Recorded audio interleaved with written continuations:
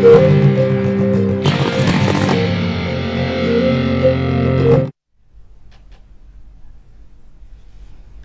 Afternoon, smart ఇన్వెస్టర్కి స్వాగతం. Insurance బిల్కి సంబంధించిన అనిశ్చితితో పాటు లాభాల స్వీకరణ తోడు కావడంతో ఇవాళ స్టాక్ మార్కెట్స్ లో ప్రారంభం నుంచి కొంత సెల్లింగ్ ప్రెషర్ కనిపిస్తుంది. ఈ రెండు అంశాలు మనం అనుకున్న రెండు అంశాలకు తోడుగా సెబీ పీనోట్ డిస్క్లోజర్స్ సంబంధించి నిబంధనలు కఠినతరం చేస్తుంది. బ్లాక్ మనీని అడ్డుకునేందుకు పీనోట్స్ నిబంధనలు కఠినతరం చేస్తుందన్న కన్సర్న్స్ కొంత మార్కెట్స్ లో కనిపించడంతో ఇవాళ మార్కెట్స్ లో సెల్లింగ్ కనిపిస్తుంది. ఒక బ్రాడ్ బేస్డ్ సెల్లింగ్ కనిపిస్తుంది. ప్రధానంగా mid cap, small cap stocks లో అమ్మకాల ఒత్తిడి అధికంగా ఉంది. బీఎస్సీ మిడ్ క్యాప్ ఇండెక్స్ 1.9%, అలాగే స్మాల్ క్యాప్ ఇండెక్స్ 2.5% నష్టపోయాయి. So Tata steel selling list లో టాప్ లూజర్ గా ఉంది. సో ఆల్మోస్ట్ 3% నష్టపోయింది. ICICI bank, L and T, axis bank, Tata motors, TCS, ONGC, Bajaj autos, Sesa Sterlite, doctor Reddy's labs, Maruti ఇవన్నీ కూడా 1 to 2% నష్టాల్లో ఉన్నాయి. సర్ప్రైజింగ్లీ బీహెచ్ఏఎల్ ఇవాళ టాప్ గెయినర్ కనిపిస్తుంది, 2% పెరిగింది. సిటీ గ్రూప్ బీహెచ్ఏఎల్ ను అప్గ్రేడ్ చేసింది. స్టాక్ ని ఇంతకుముందు ఇచ్చిన సెల్ రికమెండేషన్ నుంచి బై రికమెండేషన్ కు మార్చింది. అండ్ టార్గెట్ కూడా చాలా స్టీప్ గా 335 రూపీస్ టార్గెట్ ఇస్తుంది బీహెచ్ఏఎల్ కు సిటీ. దీంతో బీహెచ్ఏఎల్ షేర్లలో లాభాలు కనిపిస్తున్నాయి. అలాగే HDFC, ITC, Infosys, Bharti, HEL, GAIL ఇవన్నీ గెయినర్స్ లిస్ట్ లో మనకు కనిపిస్తున్న స్టాక్స్.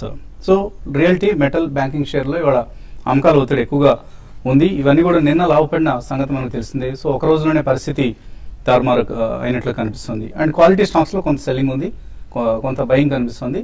మన హైబీటా స్టాక్స్ లో సెల్లింగ్ కనిపిస్తుంది. India Cements is down. IPL fixing కేసులో సుప్రీంకోర్టు విచారణ ఈ రోజు ఉండడంతో ఇండియా సిమెంట్ స్టాక్ లో సెల్లింగ్ కనిపిస్తుంది. అలాగే Bharti tower deal, African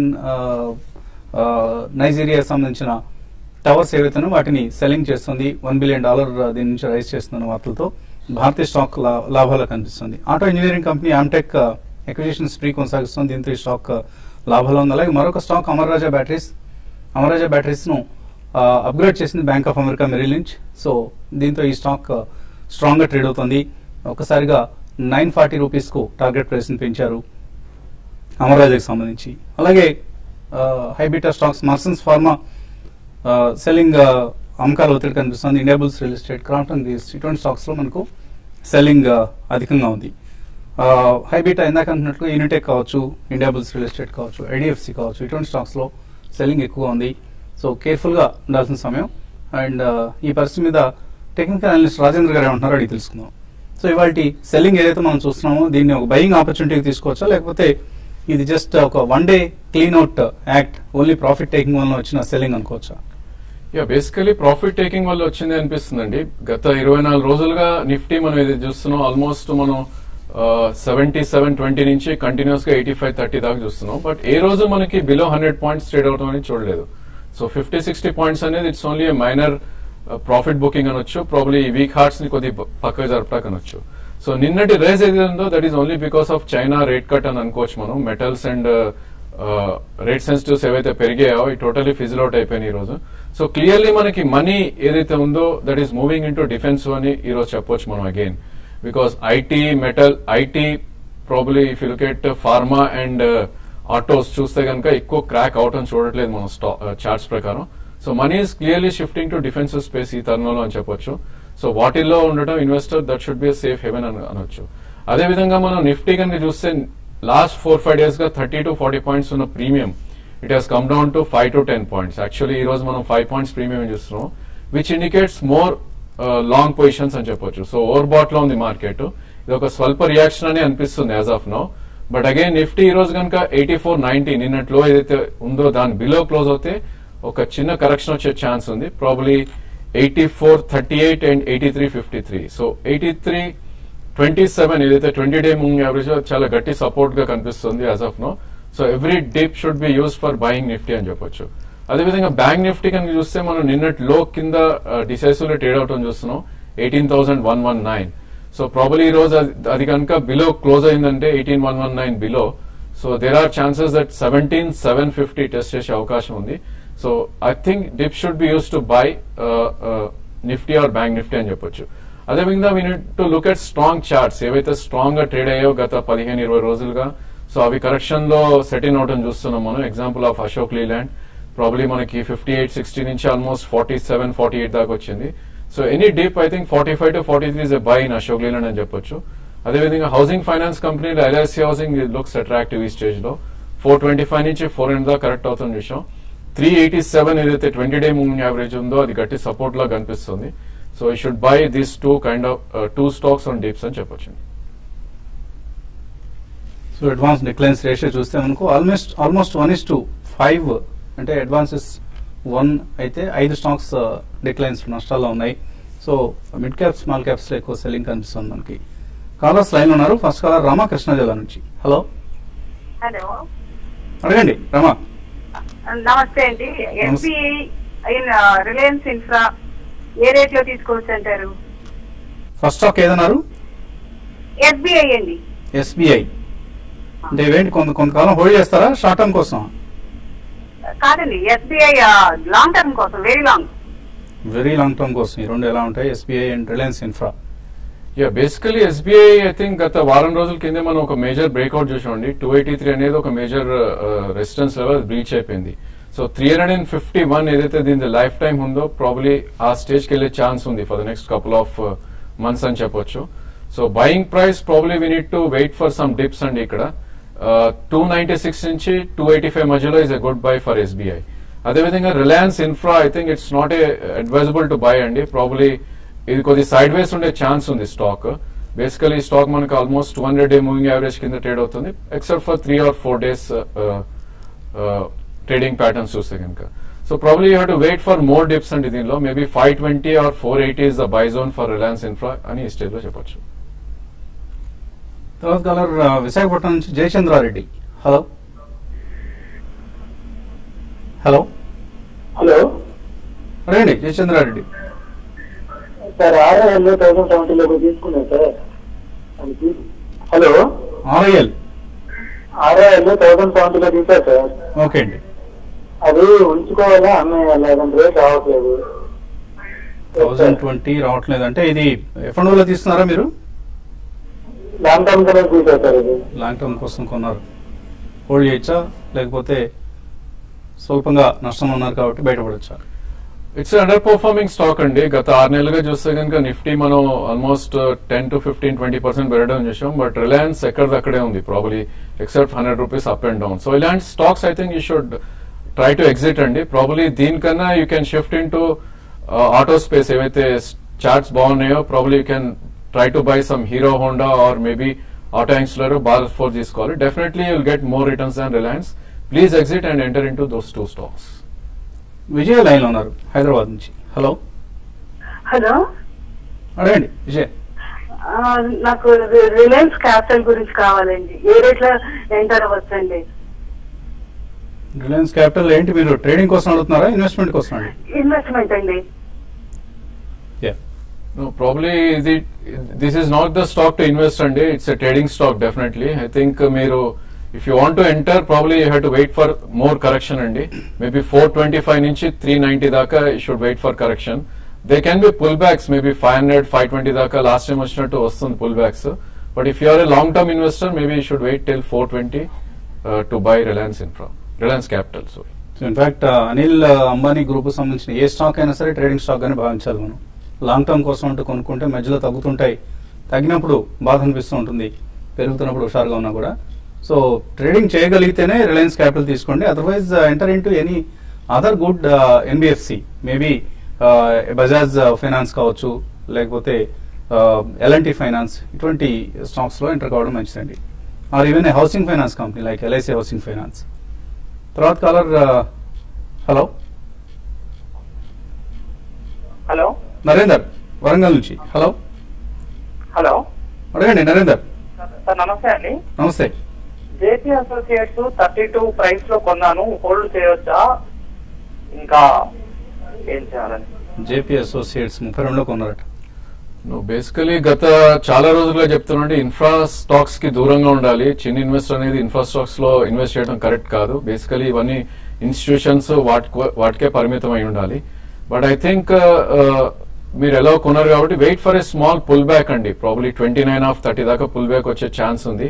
so అక్కడ you try to exit, but never ever buy infra stocks for investment, at least for medium to long term అండి. ప్రణీత, హలో హలో హలో, అడగండి ప్రణీత. యా నేను ఎస్ఎల్ ప్రోపాక్ ఉందండి holding లో, అది నేను 100 లో తీసుకున్నాను. ఇప్పుడు ఎగ్జిట్ అవ్వాలా ఉంచుకోవాలి? తర్వాత ఇంకోటి లాంగ్ టర్మ్ కి ఇన్వెస్ట్ చేయడానికి నాకు ఆల్మోస్ట్ 1.5 year కి మంచి స్టాక్ చెప్పండి. ఎస్ఎల్ ప్రోపాక్ 100 లో కొనారట. యా, యూ కెన్ హోల్డ్ అండి. ప్రాబ్లీ స్టాక్ మనం లైఫ్ టైమ్ హై ఏదైతే ఉందో 99.5 అది రీచ్ అవుట్ చేసాం last month. So probably there are chances that with in 1.5 year ఈ స్టాక్ డబుల్ అయ్యే ఛాన్స్ ఉంది. సో 124 మీరు ఆల్రెడీ 25% ప్రాఫిట్ లో ఉన్నారు. Please hold on if you're a long term holder, maybe for the target of 200 or 225. అదేవిధంగా if you don't want to make loss or protect the profits అంటే మీ price ఏదైతే 100 రూపీస్ ఉందో అది స్టాప్ లాస్ పెట్టుకుని హోల్డ్ చేయండి. I think you should look at good stocks అండి ఫర్ లాంగ్ టర్మ్. అంటే ఏవైతే స్ట్రాంగ్ చార్ట్స్ ఉన్నాయో అవి తీసుకోవచ్చు.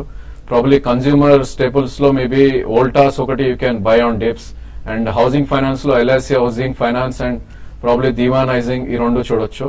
అదేవిధంగా ఫార్మా స్పేస్ లో you can look at JB chemical and probably Indoco remedies. అలానే ఆటో యాక్సిలరీస్ లో Bharat forge and probably you can look at Munjal shower అండి. ఓకే అండి, మరిన్ని కాల్స్ తీసుకోబోయే ముందు కాసేపు ప్రకటనలు.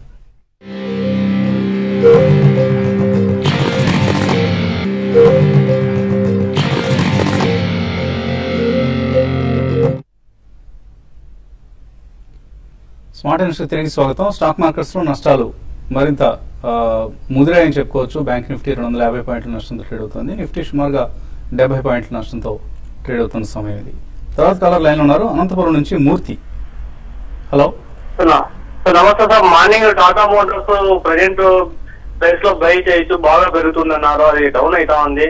ఎట్లా సార్? మనకు next month call option by చేసాము, అది ఎక్కడ సపోర్ట్ ఉంది, పెరిగితే ఎన్ని వరకు పెరుగుతుంది టాటా మోటార్స్? కొద్దిగా టెక్నికల్ లెవెల్స్ కరెక్ట్గా చెప్పండి. టాటా మోటార్స్ టెక్నికల్ లెవెల్స్ చూడండి. టాటా మోటార్స్ విషయానికి వస్తే ఇప్పుడు మార్కెట్ మనం చూసామంటే దగ్గరగా 70 పాయింట్స్ నిఫ్టీ కరెక్ట్ అయింది. అయినా కూడా టాటా మోటార్స్ పడింది మాత్రం ఒక 4 రూపీస్, అంటే 1% మాత్రమే కరెక్ట్ అయింది. 520 అనేది దాని చాలా స్ట్రాంగ్ సపోర్ట్ అండి. అది కానీ బ్రేక్ అయితే 595 దాకా రావచ్చు. మీరు నెక్స్ట్ మంత్ కాల్ తీసుకున్నారు, ఇంకా టైం చాలా ఉంది కాబట్టి మీరు హోల్డ్ చేయండి.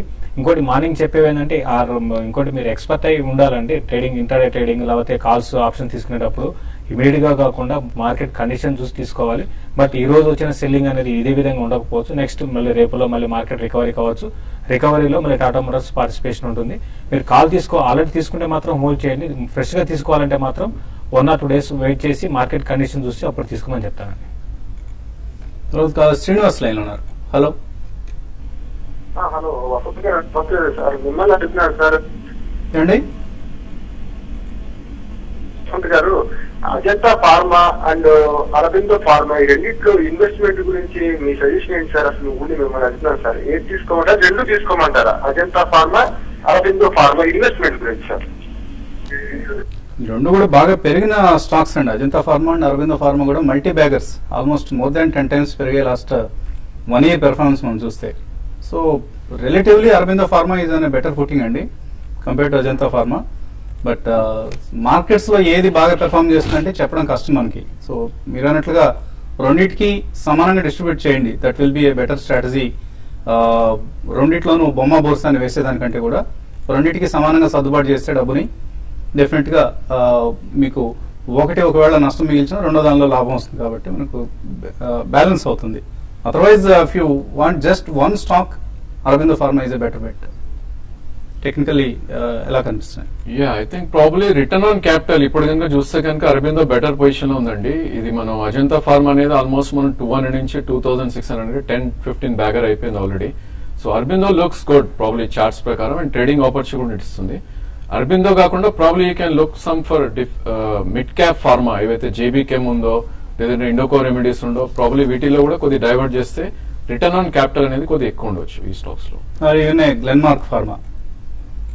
మమత బెంగళూరు నుంచి. హలో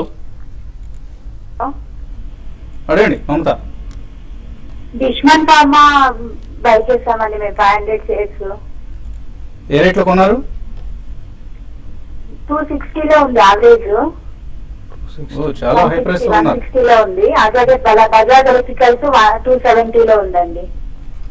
దీన్ని ఉంచుకోవచ్చా, ఎగ్జిట్ అవ్వమంటారా? రెండు కూడా బాగా ఈ మధ్య తగ్గిన స్టాక్స్. అవునండి, రెండు కూడా మీరు మీ దగ్గర ఉన్న రెండు స్టాక్స్ లో ఏంటంటే ఒకే సిమిలర్ ఉన్నాయండి. రెండు కూడా ఈ క్వార్టర్ రిజల్ట్ రెండు కూడా బాగా రాలేదండి. దీనివల్ల ఈ స్టాక్ లో ఒక డౌన్ ట్రెండ్ చూసాము. డిస్మాన్ ఫార్మా ఉన్న ఫార్మా స్టాక్స్ లో హై వోలటాలిటీ, తర్వాత ట్రేడింగ్ రేంజ్ అనేది ఎక్కువ ఉన్న స్టాక్ అండి. బట్ ఇప్పుడున్న పరిస్థితుల్లో స్టాక్ కొంత వీక్ గానే ఉండొచ్చు. మీరైతే ప్రస్తుతానికి హోల్డ్ చేయండి. మీ క్లోజర్ గా మీ రేట్ వచ్చినప్పుడు 160 అన్నారు. ఆ రేట్ కి వచ్చినప్పుడు మీరు డిస్మాన్ నుంచి ఎగ్జిట్ అయిపోమని చెప్తాను. బజాజ్ విషయానికి వస్తే రీసెంట్ గా ఈ స్టాక్ కూడా బాగా హై నుంచి కరెక్ట్ కావాలని చూసాము. బట్ అరౌండ్ 180 లో స్టాక్ ఆగొచ్చు అండి. ఇన్వెస్ట్మెంట్ కి బజాజ్ ఎలక్ట్రికల్స్ హోల్డ్ చేయమంటాను. డిస్మాన్ ఫార్మా మాత్రం మీరు ర్యాలీస్ లో ఎగ్జిట్ కాదు. లాస్ట్ కలర్ భాస్కర్ తాడేపల్లి నుంచి. Hello, good afternoon. అలాగే అండి. గుడ్ ఆఫ్టర్నూన్, అడగండి సార్. పిటి లామినేషన్ 70 రూపాయలు కొనాలి. అలంబిక్ లిమిటెడ్ 50 రూపాయలు కొనాలి. పిటి ఒలింపిక్ ఏం చేయాలి? PT lamination actual correction mode లో ఉందండి. లాస్ట్ 1-2 months గా ఒక కరెక్షన్ ఫేజ్ లో ఉంది. ప్రాబ్లీ ఈ స్టేజ్ లో I think you can hold అండి.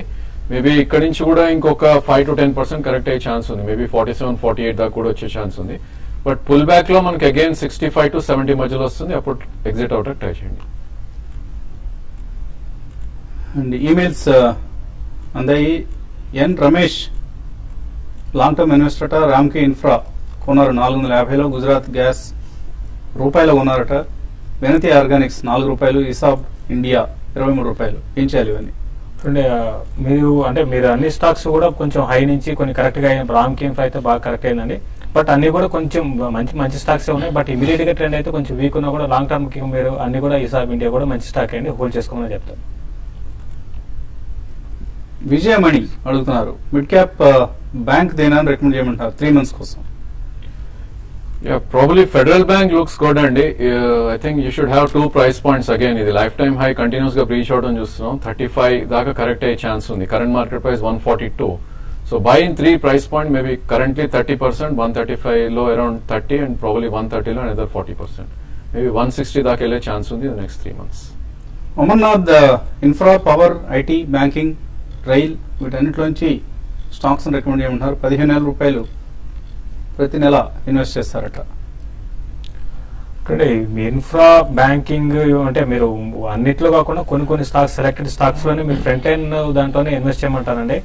కరెక్షన్స్ వచ్చినప్పుడు ప్రాబ్లీ ఎస్ బ్యాంక్ ఒకటి మీరు ఇన్వెస్ట్ చేయమంటాను బ్యాంకింగ్ లో. తర్వాత ఇన్ఫ్రా అయితే సెలెక్టెడ్ స్టాక్స్ లోనే ఉన్నాయండి. పెద్దగా స్టాక్స్ లో ఇన్ఫ్రా లేవు, అన్ని కూడా డెట్ లో ఉన్నాయి. రిలయన్స్ ఇన్ఫ్రా రీసెంట్ గా బాగా కరెక్ట్ అయింది, బట్ టెక్నికల్ గా వీక్ ఉంది. బట్ మీరు కొంచెం ఇన్వెస్ట్ చేస్తా అంటున్నారు కాబట్టి రిలయన్స్ ఇన్ఫ్రా నేను సజెస్ట్ చేస్తాను. మీరు 20 ఫెడరల్ బ్యాంక్ లో చేయమంటారు SIP? Probably federal bank looks good అండి చార్ట్స్ లో. అదే విధంగా ప్రైవేట్ బ్యాంక్స్ వస్తే Karnataka bank is a good bet. Probably రెండు చూడొచ్చు. నా ఉద్దేశంలో ఇన్ఫ్రా వి షుడ్ అవాయిడ్ అండి. వెన్ ఎవర్ ఏదైతే టర్న్ వస్తుందో సెక్టర్ కి అప్పుడు ఎంటర్ అవడం బెటర్.